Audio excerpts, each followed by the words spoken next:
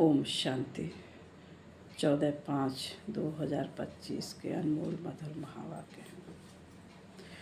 मीठे बच्चे, अभी तुम संगम पर हो। तुम्हें पुरानी दुनिया से ताल्लुक यानी नाता तोड़ देना है, क्योंकि यह पुरानी दुनिया अब खत्म होनी है। प्रश्न: संगम की कौन सी विशेषता सारे कल्प से न्यारी है? उत्तर: संगम की ही विशेषता है। पढ़ते यहाँ हो, प्रारब्ध भविष्य में पाते हो। सारे कल्प में ऐसी पढ़ाई नहीं पढ़ाई जाती जिसकी प्रारब्ध दूसरे जन्म में मिले। अभी तुम बच्चे मृत्यु लोक में पढ़ रहे हो, अमर लोक के लिए, और कोई दूसरे जन्म के लिए पढ़ता नहीं। गीत है: दूर देश का रहने वाला, आया देश पर आए। ओम शांति। दूर देश का रहने वाला कौन? यह तो कोई भी जानते नहीं। क्या उनको अपना देश नहीं है? जो पराये देश में आए हैं वह अपने देश में नहीं आते हैं। यह रावण राज्य पराया देश है ना। क्या शिव बाबा अपने देश में नहीं आते हैं? अच्छा, रावण का परदेश कौन सा है और देश कौन सा है? शिव बाबा का अपना देश कौन सा है? पराया देश कौन सा है? फिर बाप आते हैं पराये देश में, तो उनका देश कौन सा है? अपने देश की स्थापना करने आते हैं, लेकिन क्या वह अपने देश में खुद आते हैं? एक दो ने सुनाया। अच्छा, इस सब पर विचार सागर मंथन करना है। यह बहुत समझने की बात है। रावण का पराया देश बताना बहुत सहज है। राम राज्य में कभी रावण आता नहीं।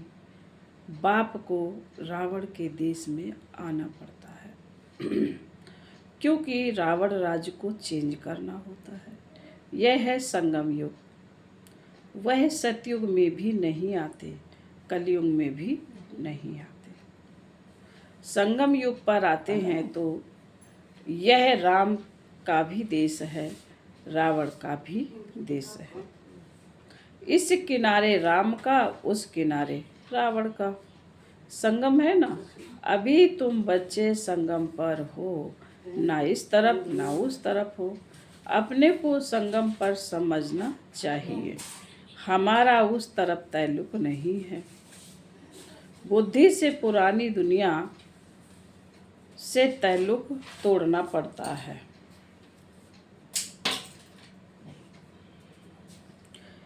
रहते तो यहाँ ही है, परंतु बुद्धि से जानते हैं यह पुरानी दुनिया ही खत्म होनी है।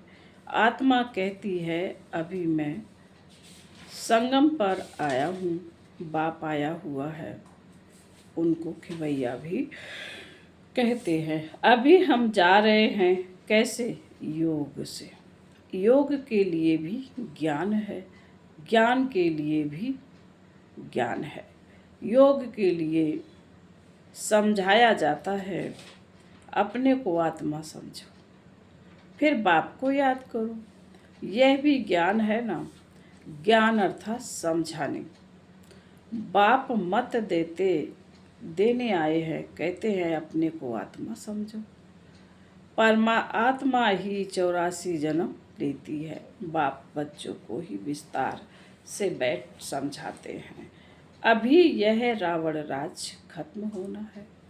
यहाँ है कर्म बंधन, वहाँ है कर्म संबंध। बंधन दुख का नाम है, संबंध सुख का नाम है। अब कर्म बंधन को तोड़ना है। बुद्धि में है हम इस समय ब्राह्मण संबंध में हैं, फिर दैवी संबंध में जाएंगे। ब्राह्मण संबंध का यह एक ही जन्म है, फिर 8 और 12 जन्म दैवी संबंध में होंगे। यह ज्ञान बुद्धि में है, इसलिए कलयुगी छी कर्म बंधन से जैसे ग्लानि करते हैं। इस दुनिया के कर्म बंधन में अभी रहना नहीं है।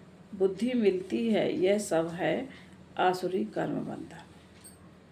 हम भी गुप्त एक यात्रा पर हैं, यह बाप ने यात्रा सिखलाई है। फिर इस कर्म बंधन से न्यारे हो हम कर्मातीत हो जाएंगे।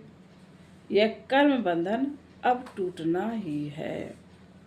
हम बाप को याद करते हैं कि पवित्र वन चक्र को सम्मत चक्रवर्ती राजा बने। पढ़ रहे हैं, फिर उनका एम ऑब्जेक्ट प्रारब्ध भी चाहिए ना। बाबा कहते हैं अभी हम पढ़ रहे हैं, फिर उसका एम ऑब्जेक्ट प्रारब्ध भी चाहिए। तुम जानते हो हमको पढ़ाने वाला बेहद का बाप है। बेहद के बाप ने हमको 5000 वर्ष पहले पढ़ाया था। यह ड्रामा है ना, जिसको कल्प पहले पढ़ाया था उनको ही पढ़ाएंगे, आते रहेंगे, वृद्धि को पाते रहेंगे। सब तो सतयुग में नहीं आएंगे, बाकी सब जाएंगे वापस घर। इस पार है नर्क, उस पार है स्वर्ग।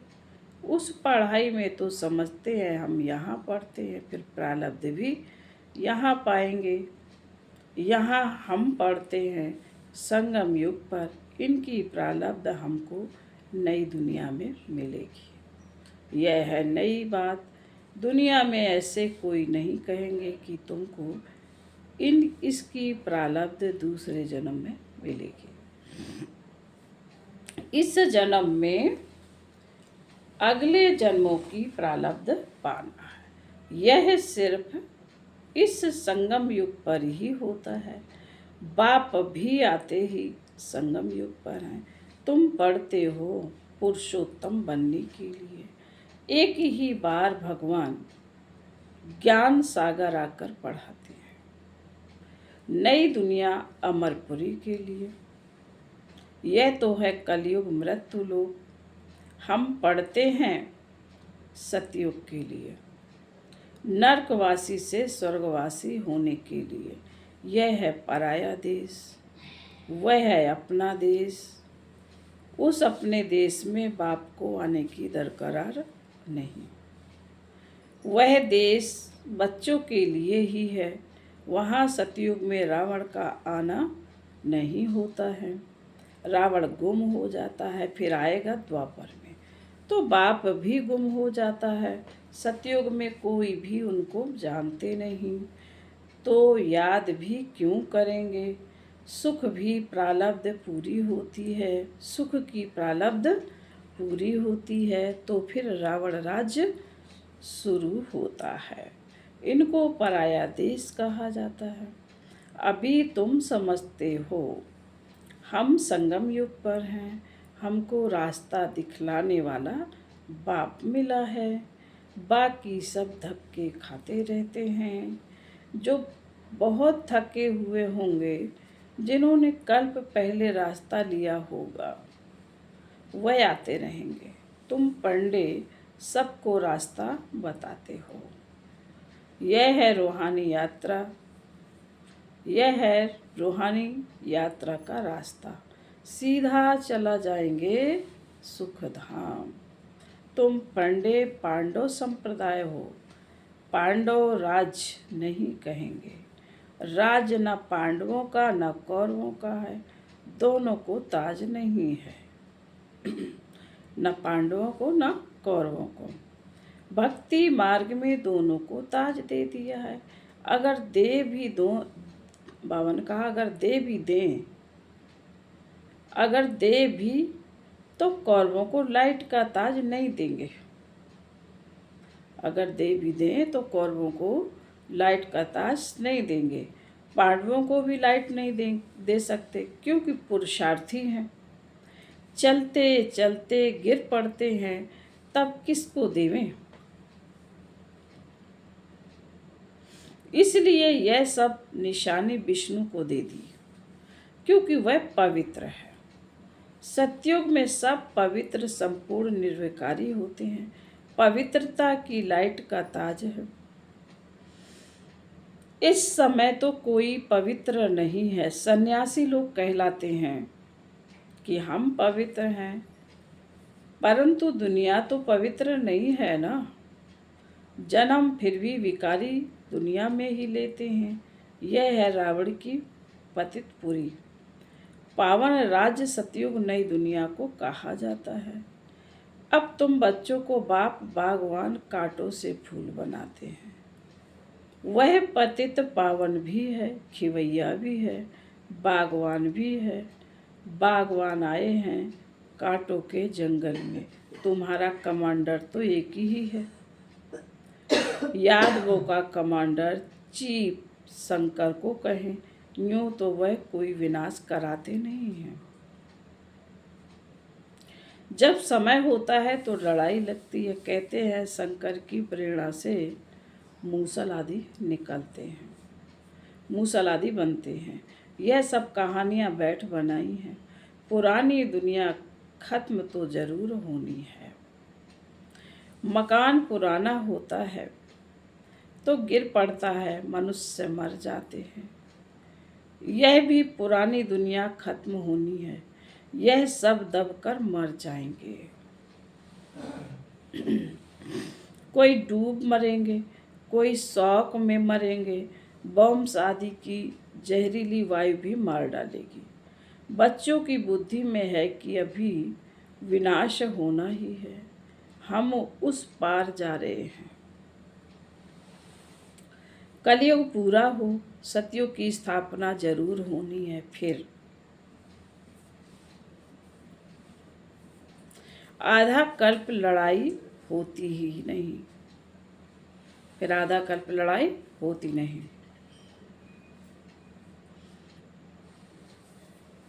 अभी बाप आए हैं पुरुषार्थ कराने, यह लास्ट चांस है। देरी की तो फिर अचानक ही मर जाएंगे। मौत सामने खड़ा है, अचानक बैठे बैठे मनुष्य मर जाते हैं। मरने के पहले तो याद की यात्रा करो। अभी तुम बच्चों को घर जाना है, इसलिए बाप कहते हैं बच्चे घर को याद करो।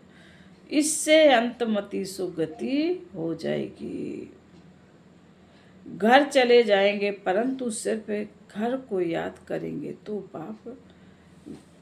पाप विनाश नहीं होंगे। सिर्फ घर को याद करेंगे तो पाप विनाश नहीं होंगे।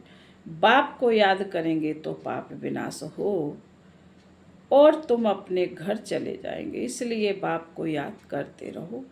अपना चार्ट रखो तो मालूम पड़ेगा सारे दिन में हमने क्या किया। 5-6 वर्ष की आयु से लेकर अपनी लाइफ में क्या क्या किया वह भी याद रहता है। ऐसे भी नहीं सारा टाइम लिखना पड़ता है, ध्यान में रहता है। बगीचे में बैठ बाबा को याद किया। दुकान पर कोई ग्राहक नहीं है, हम याद में बैठ रहे। जब दुकान पे कोई ग्राहक नहीं हो तो बाबा की याद में बैठे रहें। अंदर में नोट रहेगा। अगर लिखने चाहते हो तो फिर डायरी रखनी पड़ेगी। मूल बात है यह, हम सत्तमो प्रधान से सतो प्रधान कैसे बने, पवित्र दुनिया के मालिक कैसे बने, पवित्र दुनिया के मालिक कैसे बने, पतित से पावन कैसे बने। बाप आकर यह नॉलेज देते हैं।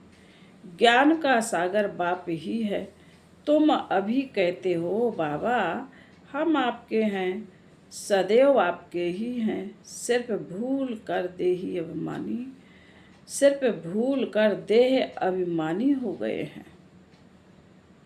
अभी आपने बताया है तो हम फिर देही अभिमानी बनते हैं। सतयुग में हम देही अभिमानी थे। खुशी से एक शरीर छोड़ दूसरा लेते थे।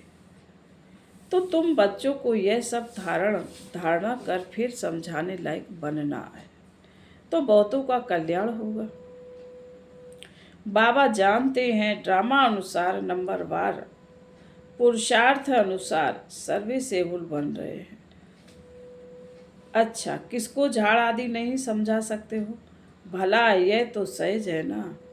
किसी को भी बोलो तुम अपने को आत्मा समझ बाप को याद करो, यह तो बिल्कुल सहज है। यह बाप ही कहते हैं मुझे याद करो तो विकर्म विनाश होंगे। और कोई मनुष्य कह ना सके सिवाय तुम ब्राह्मणों के, और कोई न आत्मा को न परमात्मा बाप को जानते हैं। ऐसे ही सिर्फ कह देंगे तो किसी को तीर लगेगा नहीं। भगवान का रूप जानना पड़े। यह सब नाटक के एक्टर्स हैं। हर एक आत्मा शरीर के साथ एक्ट करती है। एक शरीर छोड़ दूसरा ले फिर पार्ट बजाती है। वह एक्टर्स कपड़े बदली कर भिन्न भिन्न पार्ट बजाते हैं। तुम फिर शरीर बदलते हो। वो कोई मेल व फीमेल की ड्रेस पहनेंगे अल्पकाल के लिए। यहाँ मेल का चोला लिया तो सारी आयु मेल ही रहेंगे। वह हद के ड्रामा, यह बेहद का। पहली पहली मुख्य बात है बाप कहते हैं मुझे याद करो। योग अक्षर भी काम में नहीं लाओ, क्योंकि योग तो अनेक प्रकार के सीखते हैं। वह सब है भक्ति मार्ग के। अब बाप कहते हैं मुझे याद करो और घर को याद करो तो तुम घर में चले जाएंगे। शिव बाबा इनमें आकर शिक्षा देते हैं। बाप को याद करते तुम पावन बन जाएंगे, फिर पवित्र आत्मा उड़ेगी। जितना जितना याद किया होगा, सर्विस की होगी, उतना वह ऊंच पद पाएंगे। याद में ही बहुत विघ्न पड़ते हैं। पावन नहीं बनेंगे तो फिर धर्मराजपुरी में सजाएं भी खानी पड़ेंगी। पावन नहीं बनेंगे तो धर्मराजपुरी में सजाएं भी खानी पड़ेंगी। इज्जत भी जाएगी, पदवी भ्रष्ट होगा। पिछाड़ी में सब साक्षात्कार होंगे परंतु कुछ कर नहीं सकेंगे। साक्षात्कार कराएंगे, तुमको इतना समझाया फिर भी याद नहीं किया, पाप रह गए, अब खाओ सजा। उस समय पढ़ाई का टाइम नहीं रहता है। अफसोस करेंगे हमने क्या किया, नाहेक टाइम गवाया। परंतु सजा तो खानी पड़े। कुछ हो थोड़े ही बाबा कह रहे कुछ हो थोड़े ही सकेगा। उस टाइम सजाए खाएंगे तब कुछ कर नहीं सकेंगे। नापास हुए तो हुए, फिर पढ़ने की बात नहीं है। बावन का यहाँ तो एक बार फेल हो जाए दोबारा पढ़ते हैं, लेकिन वहाँ पर नहीं होंगे। उस पढ़ाई में तो नापास हो फिर पढ़ते हैं। यह तो पढ़ाई ही पूरी हो जाएगी। अंत समय में पश्चाताप करना पड़े, उसके लिए बाबा राय देते हैं बच्चे अच्छी रीति पढ़ लो। झुरमई झुगमई में अपना टाइम वेस्ट मत करो।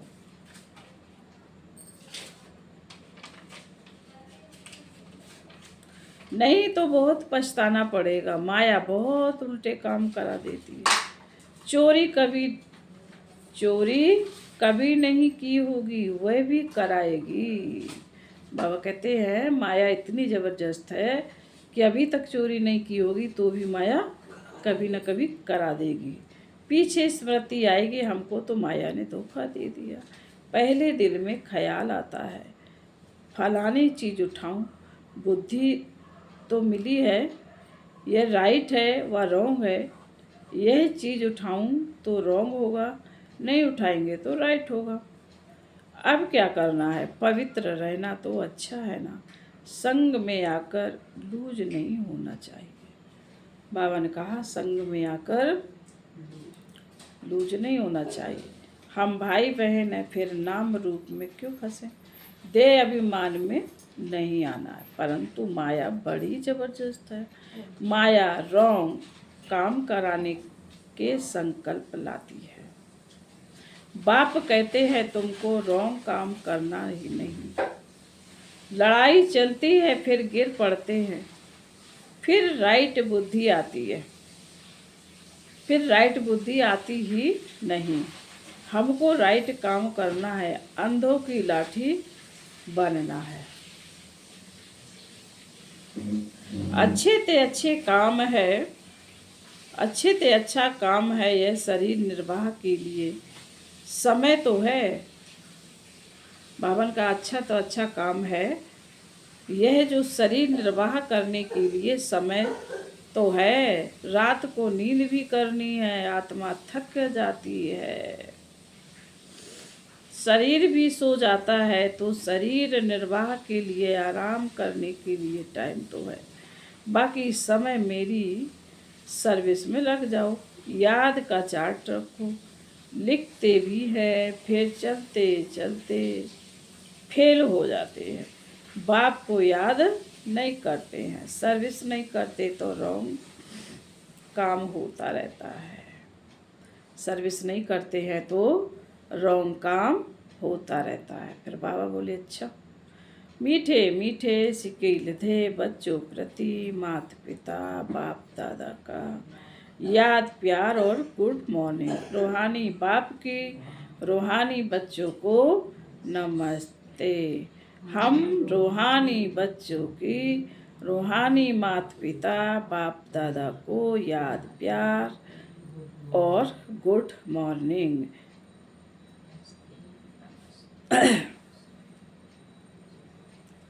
धारणा के लिए मुख्य सार।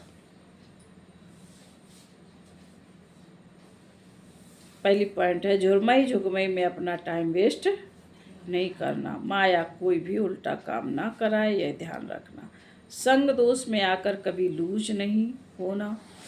देह अभिमान में आकर किसी के नाम रूप में नहीं फंसना। दूसरा पॉइंट, घर की याद के साथ साथ बाप को भी याद करना है। याद के चार्ट की डायरी बनानी है, याद के चार्ट की डायरी बनानी, नोट करना हमारे सारे दिन में क्या क्या, हमने सारे दिन में क्या क्या किया, कितना समय बाप की याद में रहे, कितना समय बाप की याद में रहे। वरदान,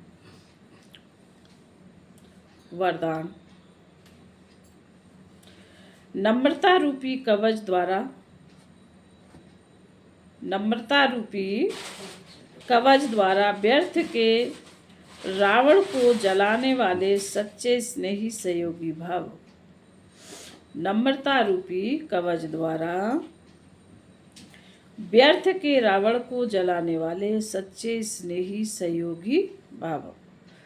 कोई कितना भी आपके संगठन में कभी ढूंढने की कोशिश करे, लेकिन जरा भी संस्कार स्वभाव का टक्कर दिखाई ना दे। अगर कोई गाली भी दे, इंसल्ट भी करे, आप सेंट हो बन जाओ। क्या बन जाओ? सेंट बन जाओ। अगर कोई रूपी कब्ज के द्वारा, अगर कोई रोंग भी करता तो आप राइट रहो। कोई टक्कर लेता है तो भी आप उसे स्नेह का पानी दो। यह क्यों, ऐसा क्यों, यह संकल्प करके आग पर तेल नहीं डालो। नम्रता का कवच पहन कर रहो। जहाँ नम्रता होगी वहाँ स्नेह और सहयोग की, वहाँ स्नेह और सहयोग भी अवश्य होगा। जहाँ नम्रता होगी वहाँ स्नेह सहयोग अवश्य होगा। लिखो स्लोगन, मेरेपन की अनेक हद की भावनाएं,